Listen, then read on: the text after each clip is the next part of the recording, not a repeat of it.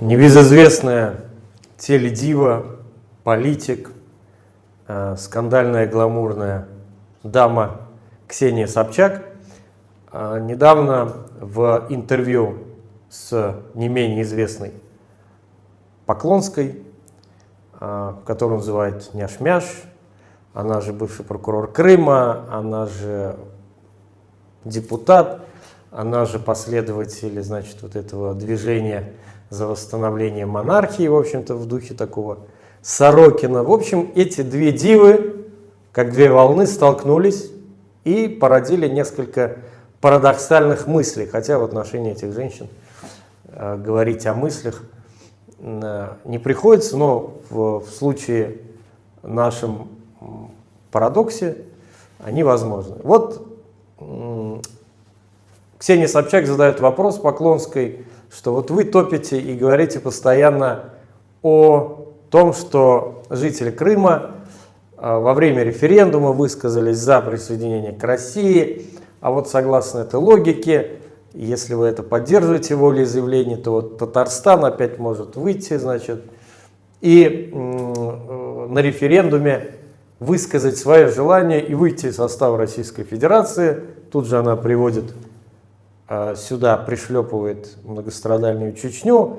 И вот опять та же самая картина, с которой мы имеем уже на протяжении 25 лет, когда и статусные либералы, и так называемые государственники, и ватники, и просто люди, которые не могут отлипнуть от Киселева с Соловьевым, повторяют одну и ту же мантру. Вот Татарстан и Чечня, так и, значит, мечтают, чтобы взять и отделиться.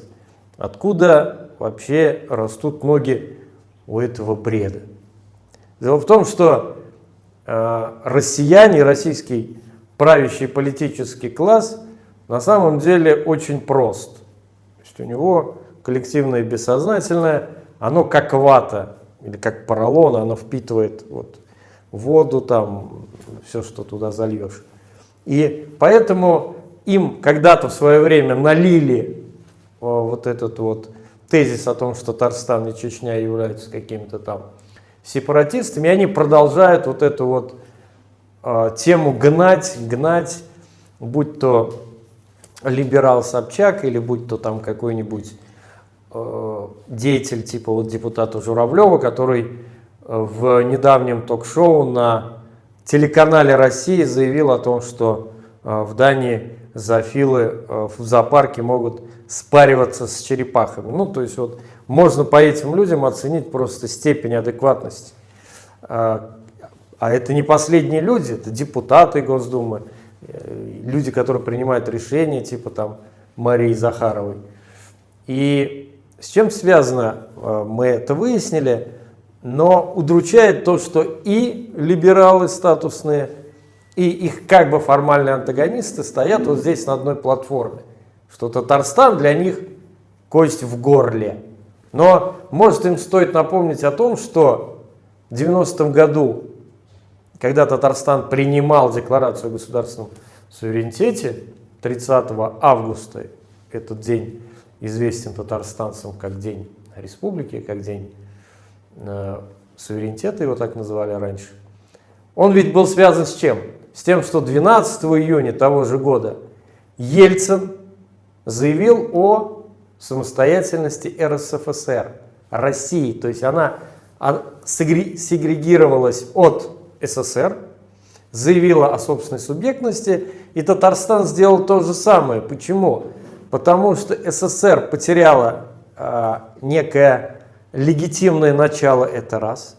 А во-вторых, Татарстану нужны были карты, козыри в переговоры с Москвой, потому что Татарстану невыгодно был развал Советского Союза. Дело в том, что к этому времени должен был быть заключен новый союзный договор, переподписан новый союзный договор, в котором Татарстан должен был стать союзной республикой. 16-й. Их было 15. И, конечно, Татарстану было выгодно, чтобы и Горбачев, и Ельцин имели паритетные политические возможности. Но этого не случилось. Команда Ельцина переиграла горбачевскую номенклатуру советскую, и поэтому Татарстан взял на себя эту ответственность и выступил таким лидером политическим регионов. И, как мы видим, потом, впоследствии, эта стратегия себя оправдала. Татарстан до сих пор является лидером по многим показателям: экономика, культура, там, инвестиционные дела и все такое. И неужто вот всего этого не знают ни историки, ни политологи, ни вот профессиональные говоруны? Конечно, они все это знают. Они просто сознательно вводят в заблуждение. Но Ксения Собчак, она на самом деле не так проста. Она имеет нюх на некие политические, ну, скажем, какие-то преобразования, ветра. И еще она очень хорошо умеет выбивать деньги. В середине 2000-х она была частым гостем у Рамзана Кадырова, ездила, выбивала деньги, тем же самым занималась другая теледива Тина Кандевраки, она же Канделаки. И они в Чечню, в Татарстан гоняли, значит, вот как Артемий Лебедев, брали деньги.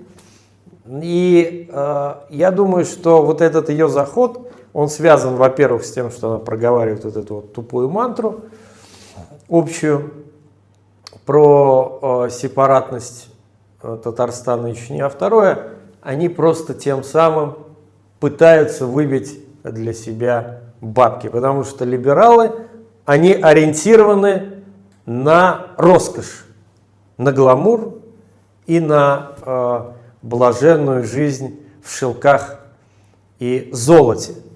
Но Поклонская, конечно, она немножко другого склада, она более идеологизирована, более сумасшедшая, она более, ну, так скажем, политически невнятна, но она придерживается некого ориентира. А у Собчак никакого ориентира нет, потому как она выступала и в роли оппозиционного кандидата в президенты, она выступала в роли оппозиционной журналистки, а потом она оправдывает там любые телодвижения власти, когда ей это надо, потому что, не секрет, ее отец являлся политическим отчимом Владимира Путина. У них до сих пор очень тесные и близкие взаимоотношения. Короче говоря, если подводить итог всему этому, мы можем сказать, что за эти 25 лет, которые страна прошла от эпохи как бы вот такого раннего ельцинизма до эпохи осени Путина, мало что поменялось вот в коллективном сознании правящих элит. Они также стоят на этих примитивных фундаментах и не хотят с них сходить. Это, с одной стороны, говорит о том, что эти люди не понимают, как двигаться, а с другой стороны, это дает возможность здравым силам замести их и выступить самим политическими режиссерами этого пространства.